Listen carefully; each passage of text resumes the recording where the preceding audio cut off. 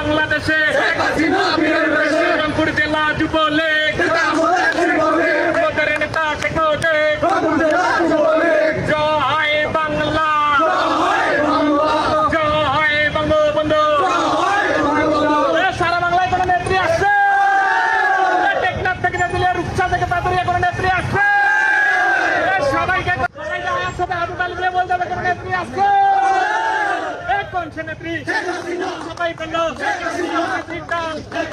জয় বাংলা জয় বঙ্গবন্ধু। রংপুর জেলা যুবলীগ আমাদের নেতা শেখ